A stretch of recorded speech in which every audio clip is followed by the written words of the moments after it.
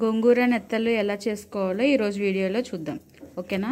ముందుగా నేను కొంచెం గోంగూర తీసుకున్నాను అండ్ దీన్ని మనం ఉడకబెట్టుకోవాలన్నమాట. సో నేను స్టవ్ మీద ఒక గిన్నెలో వాటర్ పోసి దాన్ని మరగనిస్తున్నాను. ఇది కొంచెం మరిగిన తర్వాత మనం గోంగూర దీంట్లో వేసుకోవాలి. ఇలా బాయిల్ అవుతున్నప్పుడు వాటర్లోని ఫస్ట్ గోంగూర వేసుకుంటాం మనం.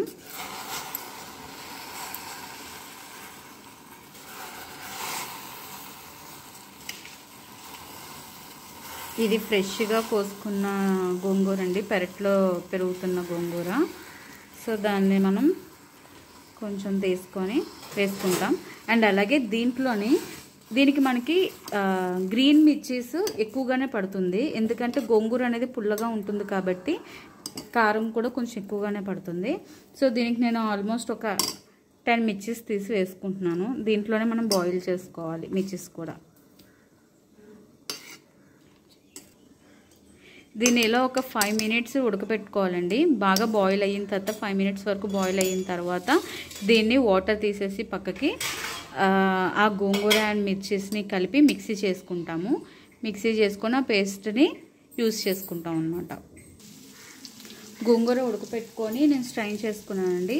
అది మిక్సీ చేసుకునే లోపు నెక్స్ట్ ప్రాసెస్ ఏంటో చూద్దాం. ఓకేనా. అండ్ నెక్స్ట్ నేను ఒక ప్యాన్ పెట్టుకున్నాను. ప్యాన్లో దాంట్లో ఒక 2 స్పూన్స్ వరకు మనం ఆయిల్ వేసి హీట్ చేసుకోవాలి. నేను ఒక 2 స్పూన్స్ వరకు ఆయిల్ వేసుకున్నాను.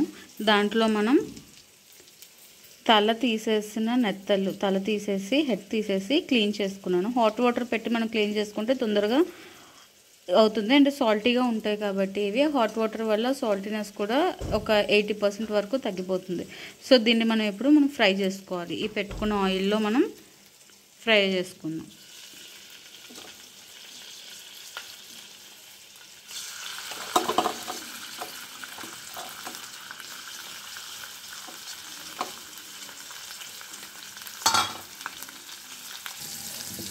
ఇలా మనం ఫ్రై చేసుకోవాలి. ఇది కొంచెం కలర్ చేంజ్ అయ్యే వరకు ఫ్రై చేసుకుంటే సరిపోతుంది. దీంట్లో యాక్చువల్లీ ఇసుక ఎక్కువగా ఉంటుంది. సో మనం హాట్ వాటర్ పెట్టి క్లీన్ చేసుకుంటే చాలా ఫాస్ట్గా క్లీన్ అయిపోతుంది. 1 or 2 టైమ్స్ క్లీన్ చేసుకుంటే 2 to 3 టైమ్స్ క్లీన్ చేసుకుంటే సరిపోతుంది మనకి. ఇది కలర్ చేంజ్ అయిన తర్వాత దీంట్లో మనం కట్ చేసిన ఆనియన్స్ వేసుకోవాలి. ఆల్రెడీ గ్రీన్ చిల్లీస్ మనం గోంగూరలో ఉడకబెట్టి మిక్సీ పట్టుకుంటాం కాబట్టి దీంట్లో ఇంకా వేసుకోవాల్సిన అవసరం లేదు. యాక్చువల్లీ ఈ డ్రై ఫిష్ ఈ నెత్తల్ని పక్కకు తీసి ఆనియన్స్ ఫ్రై చేసి కూడా మనం చేసుకోవచ్చు. బట్ రెండు కలిపి చేస్తే ఆ ఫ్లేవర్ కూడా చాలా బాగుంటుంది. సో ఇది కొంచెం ఆనియన్స్ వేగే వరకు కూడా మనం దీన్ని ఫ్రై చేసుకుంటూ ఉండాలి. మన టేస్ట్కి సరిపడా చిల్లీ పౌడర్ యాడ్ చేసుకుంటాం అండ్ టేస్ట్కి సరిపడా సాల్ట్. మనం ఎంత కారం తింటామో దానికి తగ్గట్టుగా కారం అండ్ కర్రీకి సరిపడే సాల్ట్ వేసి మనం మిక్స్ చేసుకోవాలి.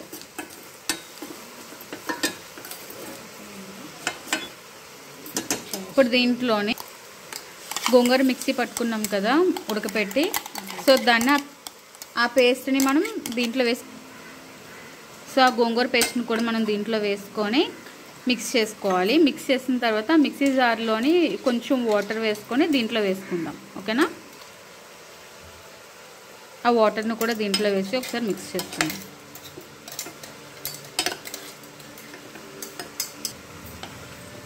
ఇది బాగా మిక్స్ అయిన తర్వాత ఒక 5 to 8 మినిట్స్ వరకు దీన్ని మనం ఉడకనివ్వాలి. ఈ గోంగూరలో నెత్తళ్ళు ఆనియన్స్ అన్నీ కూడా మంచిగా ఉడికింది అంటే అన్నిటికీ ఫ్లేవర్ పడుతుంది.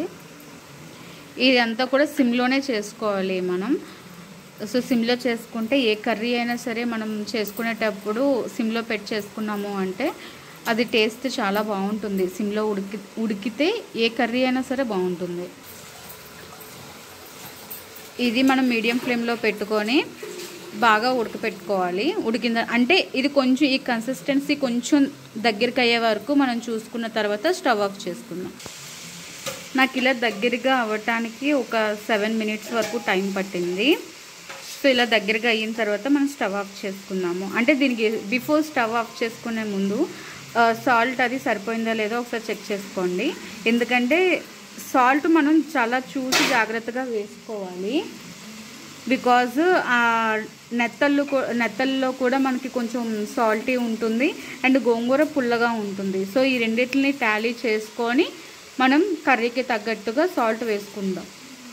కాబట్టి లాస్ట్ ఫైనల్గా ఒక్కసారి మనం సాల్ట్ చూసుకొని కర్రీని ఆఫ్ చేసుకుందాం.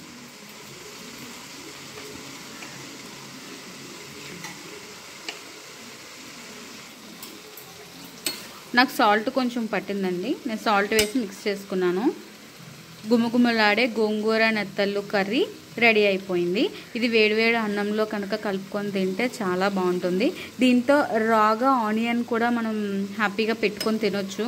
అలా పెట్టుకున్న ఆ కాంబినేషన్ చాలా బాగుంటుంది. Thanks for watching.